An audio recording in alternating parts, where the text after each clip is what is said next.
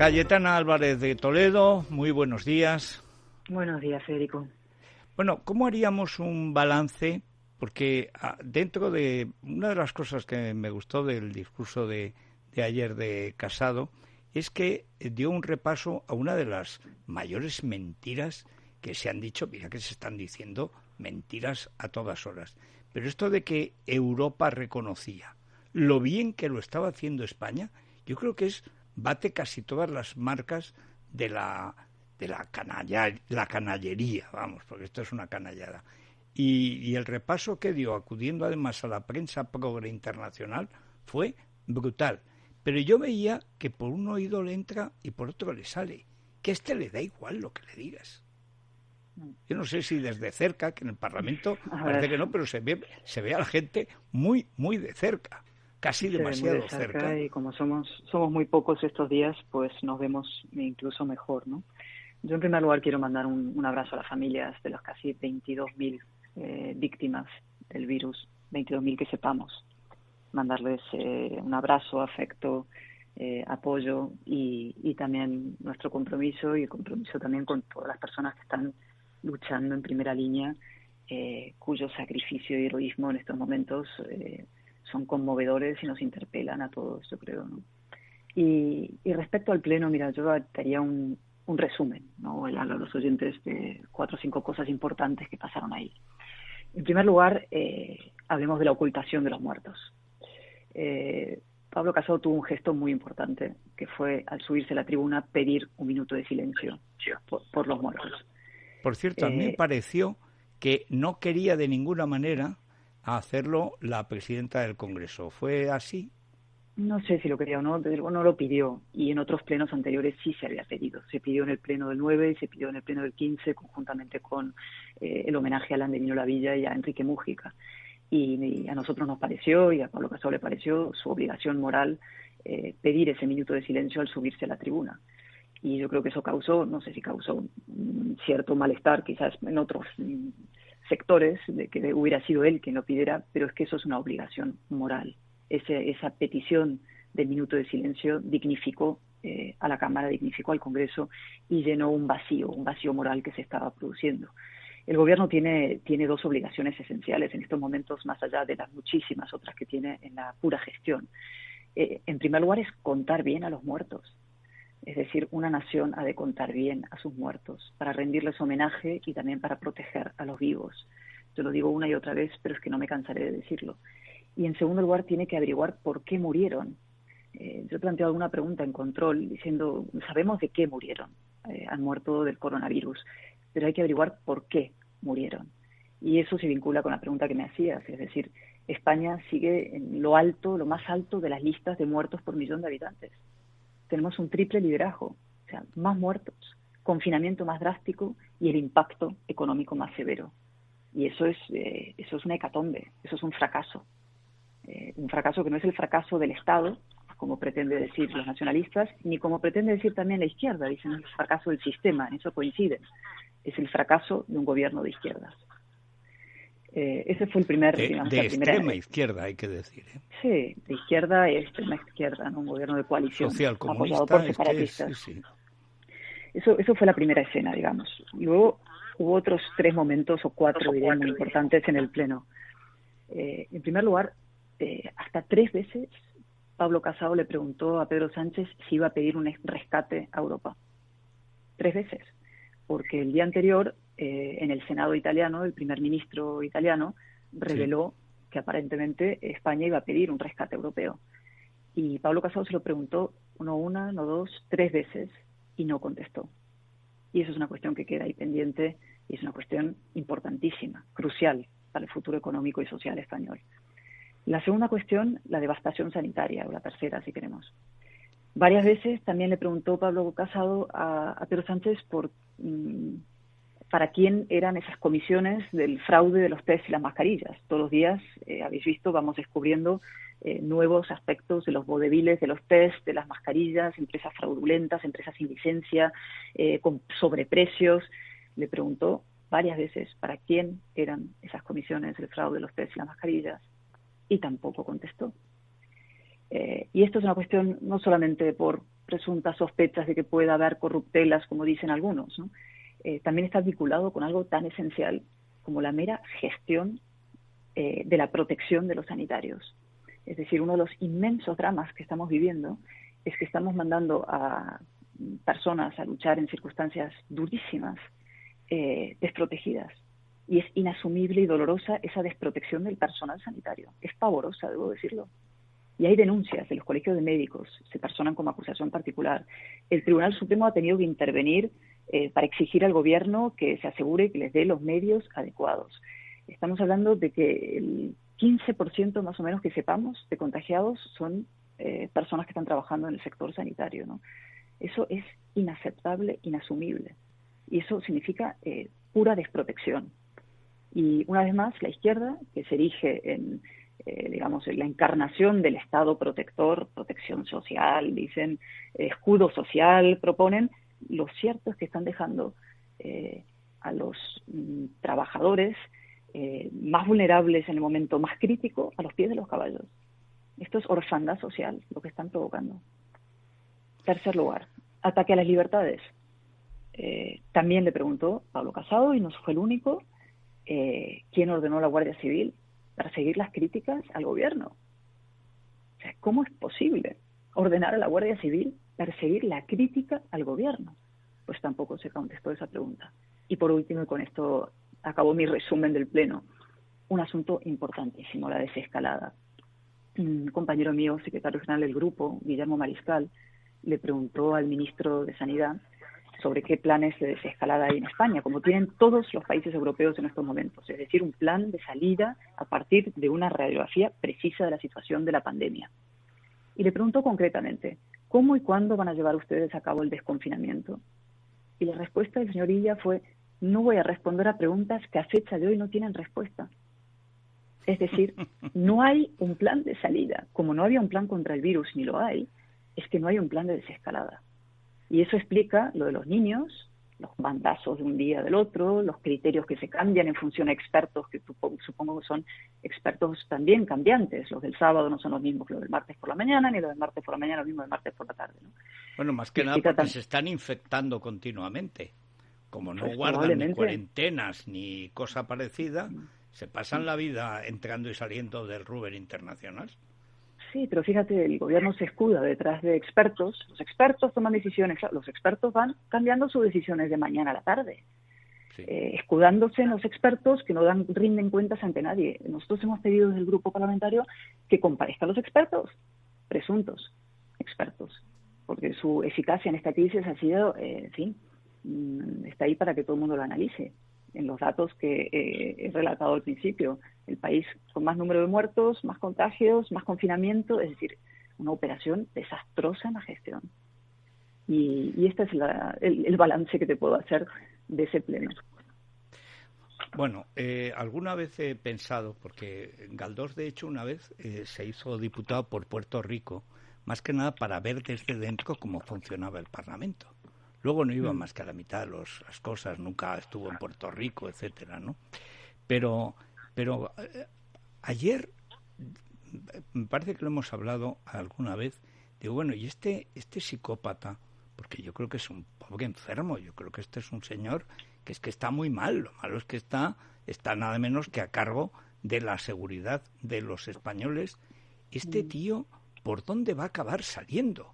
Porque es que es un poco difícil saber por dónde va a derivar el comportamiento de un tío que habla, que hable él de empatía, que es un hombre de piedra pómez. Digo, bueno, yo no sé la cara que él ponía. Vi algunas muecas que hacía ante Abascal y ante Pablo Casado. Bueno, eran muecas de un tío que está muy mal de la cabeza, ¿eh? Bueno, él es una persona que su principal característica creo que es el narcisismo, ¿no? Y entonces no encaja bien la crítica y se retuerce, no es capaz de mirar a la cara al orador. Pero yo nada, pienso, porque yo estoy del otro lado y veo, ¿no?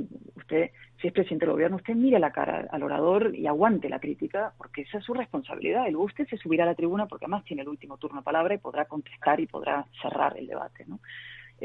Pero Pero sí vamos a hacer, yo creo que en estos momentos, a ver, por resumir algunas cosas también, ¿no? Estamos los españoles sí, confinados en casa, pero también estamos confinados en un gobierno aciago, eso es verdad.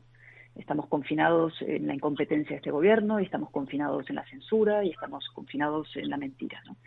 Pero también digo que nos vamos a liberar de eso, ¿sí? Y que la fortaleza española y la movilización española y la voluntad española de seguir siendo una democracia adulta sigue en pie. ¿Y por qué lo digo? No solamente por, en fin, voluntarismo ni por carácter, que también en parte ayuda, es decir, ser inasequible al desaliento, tener como lema principal que por mí no quede, todo eso ayuda, ¿no? Pero lo digo porque hemos conseguido una batalla muy importante, hemos conseguido ganar una batalla importante que no estaba previsto que fuéramos a ganar, que es la reapertura del Parlamento en 2 fases. Primero, que se reabriera el Congreso, que estaba cerrado prácticamente a cal y canto, y segundo, que esos pactos de Moncloa, de la reconstrucción, es decir, esa especie de democracia orgánica que nos estaban preparando, que nos estaban emparedando entre la democracia orgánica y los presuntos comités de expertos, se haya caído. Y que ha quedado demostrado que en democracia la única mesa de construcción o reconstrucción es el Parlamento, que aquí no caben experimentos cesaristas ni mesas extraparlamentarias. La democracia sin adjetivos se impone a la democracia orgánica, como he dicho. Pactos, si los hay, serán en la carrera de San Jerónimo. Y eso es una batalla importante, es decir, traer al terreno del Parlamento, que es de la representación nacional, la representación de todos los españoles, el debate público y político sobre esta cuestión. Y ahí nosotros ayer, o anteayer, el martes por la tarde, en la Junta de Portavoces, y ayer se lo distribuimos a los grupos parlamentarios, hemos planteado una propuesta concreta de cómo tiene que ser esa comisión. Es decir, esa tiene que ser una comisión, yo no utilizaría la palabra reconstrucción, salvo que por reconstrucción entendamos, digamos, lo que viene después de la destrucción causada por la convergencia fatídica entre la izquierda y el virus, ¿no? O sea, yo prefiero la palabra recuperación. Yo creo que esa comisión tiene que abordar 3 grandes ámbitos, que son la sanidad, por supuesto, la economía, porque la devastación económica va a ser profunda, y las libertades públicas, que es otro capítulo esencial que tenemos que proteger en los próximos tiempos y ahora. Y luego hemos planteado que esa comisión la pudiera presidir el Partido Popular, lo cual a alguno le puede parecer un asunto frívolo. Estos quieren una presidencia de comisión, pero es que no lo es. Somos el primer partido de la oposición. En el Senado hay otra comisión importante que se va a encargar también de estos asuntos, que es la Comisión de Comunidades Autónomas, que la preside un socialista, y para mantener ese equilibrio nos parecería razonable que se mantuvieran el PP presidiendo en el Congreso y el Senado el PSOE. Y esa comisión es la que tiene que trabajar, evaluar. Ahí tienen que comparecer, por ejemplo, los, no sé, profesionales médicos, los del Colegio de Médicos, asociaciones distintas, gente de los autónomos, no sé, Lorenzo Amor, por ejemplo, que tiene una posición nítida y clara de lo que habría que hacer para no destruir el tejido de los autónomos españoles. O sea, en esa comisión tienen que venir, tiene que ser abierta y transparente todas las personas que pueden, primero, que están sufriendo el impacto, no solo sanitario, sino económico y social y de libertades, sino también todas las personas que pueden asegurar que España, insisto, se vaya a poner en pie por sí misma. Déjame que le pase la palabra, porque yo empecé con un afán muy franciscano de estamos confinados, pero al final la cabra tira al monte, no quiero abusar, y tú tampoco debes abusar, porque Vieto Ruido, aunque me da la impresión de que no te va a poner muchas dificultades, pero al menos su obligación es intentarlo. Claro. Vieto, bueno, a ver, bueno, y luego yo, Carmelo, es que tampoco, en el orden que queráis. Yo tampoco creo que el periodismo necesariamente sea en poner dificultades al interlocutor, sino Depende que el oyente, ya por eso, pero que el oyente reciba la mayor información veraz y pueda hacerse una visión. Sí, yo lo que quería preguntarle es, a mí me pareció un éxito y un acierto de Pablo Casado llevar esa mesa que se pretendía hacer en Moncloa en pie de igualdad entre Compromís y el Partido Popular, llevarla al Congreso de los Diputados, que haya luz y taquígrafos, que además la proporcionalidad de la representación esté claro, etcétera, etcétera. Pero ¿en qué momento se va a tener que levantar el Partido Popular? Es decir, ¿hay algún momento en que probablemente las líneas son no se pueden traspasar. Yo tengo la sensación de que no se le puede dar un cheque en blanco a estos señores, donde efectivamente, y termino la pregunta, en el fondo de todo está, hay que pedir un rescate. En enero o febrero habrá que bajarles las pensiones a los pensionistas, el sueldo a los funcionarios, y que sea también el Partido Popular corresponsable de esto. A ver, en el Congreso nosotros no tenemos que levantarnos. El Congreso es nuestro sitio, nuestra casa, y ahí ejercemos nuestro deber, que es de representar de la mejor manera posible y que sepamos a los españoles. Y ahí se vota. Nosotros votaremos distintas iniciativas y adoptaremos una posición clara sobre esas iniciativas, favorable, contraria, la que sea en función de lo que estemos debatiendo. Y esa es la enorme virtud que tiene una comisión de recuperación, llamémosla así, frente a un pacto de la Moncloa que, insisto, era un experimento cesarista y no transparente. En cambio, el Congreso es transparencia y es votación. Y cada uno se retrata respecto a lo que defiende y lo que quiere. Y ahí vamos a estar. Y yo espero que estemos todos los grupos. Y ahí se verán las diferencias entre nosotros y también las similitudes que pueda haber, los consensos que se pueda alcanzar.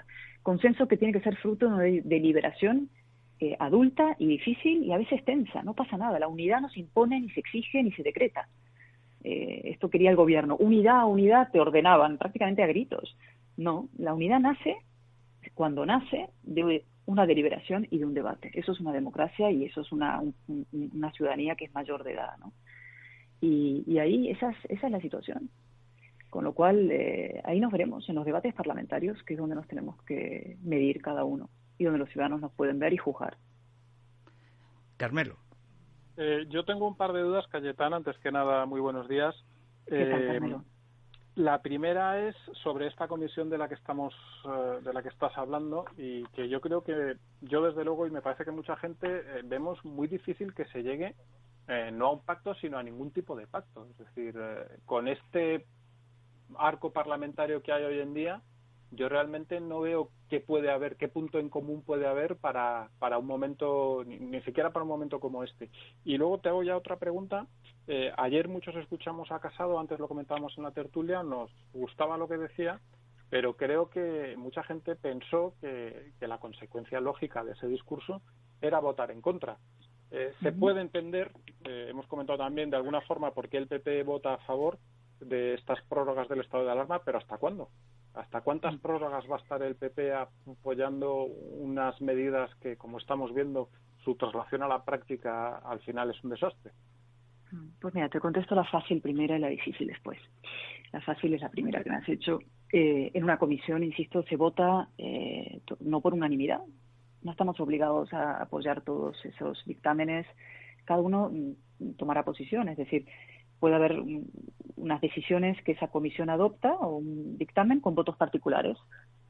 Imaginaros que, no sé, todos un gran grupo de diputados o de grupos parlamentarios, de partidos, nos ponemos de acuerdo en algo y hay algunos partidos que no están de acuerdo, pues emiten su voto particular y queda retratado así. Y luego eso se puede elevar a pleno y votar en pleno. Es decir, eso es como un funcionamiento normal parlamentario, donde se ven mayorías, minorías, etcétera. Y ahora, respecto a lo otro, mira, sobre qué votar en la prórroga es una cuestión difícil. Y en política hay decisiones siempre muy difíciles que hay que tomar, y esta es una de ellas, y ha sido una de ellas.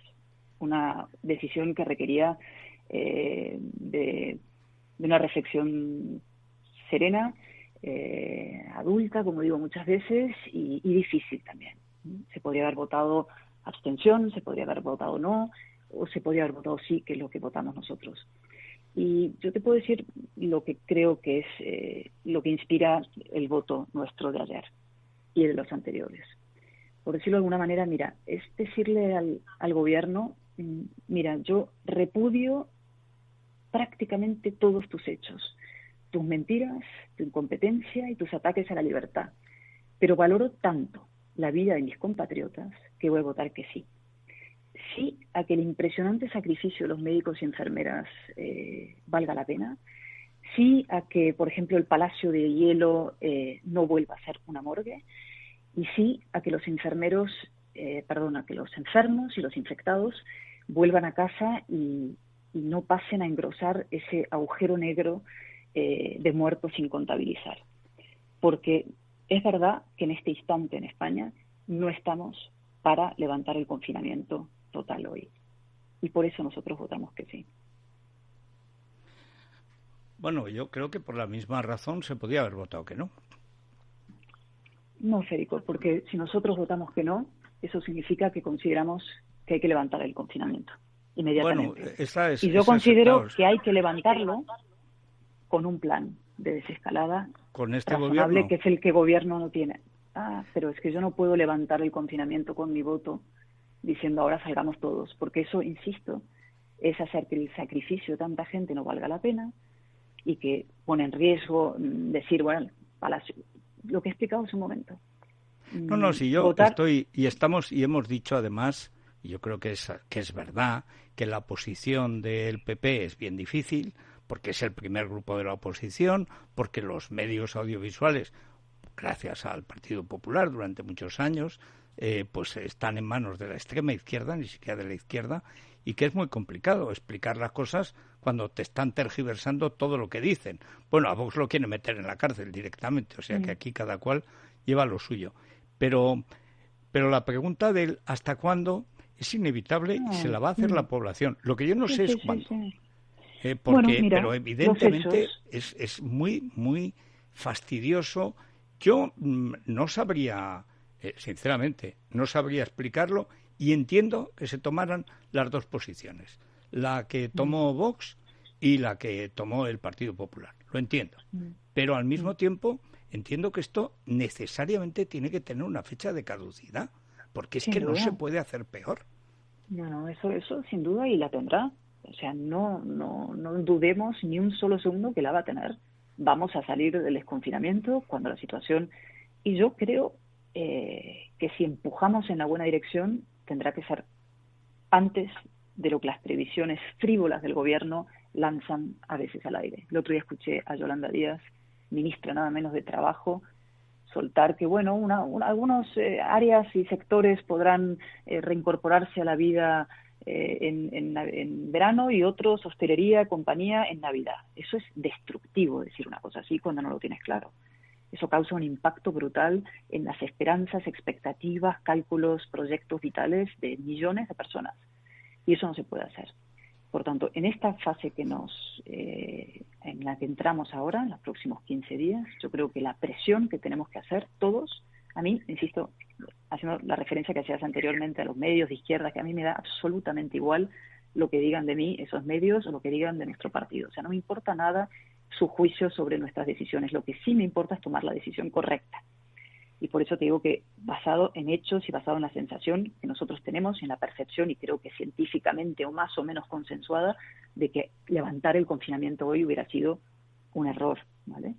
Ahora también lo digo, esto efectivamente tiene que tener una fecha de caducidad y en un plazo corto, y tiene que haber un plan de empezar a levantar el confinamiento por sectores, por áreas, por territorios, dijo el presidente del gobierno, no sé exactamente por qué, y eso es responsabilidad del gobierno ponerlo en marcha. Hay comunidades autónomas que ya lo están haciendo. Hoy leí en la prensa que Madrid ya está montando su plan de desescalada. Hombre, claro, tuvo que montar todo y ha desmentido las cifras. Montó sus hospitales y ahora está montando sus planes de desescaladas y ahora están las autonomías, cada una de ellas, gestionando ante el vacío absoluto del Estado. Pero eso se tiene que hacer. Yo creo que la presión la tenemos que poner ahora sobre el plan de desescalada para poder levantar cuanto antes el confinamiento y para no destruir del todo la economía. Porque esa es la otra gran cuestión aquí. Cuanto más se alarga el confinamiento por la ineptitud del gobierno, más se destruye la economía a medio y largo plazo, ¿no? Es una operación catastrófica.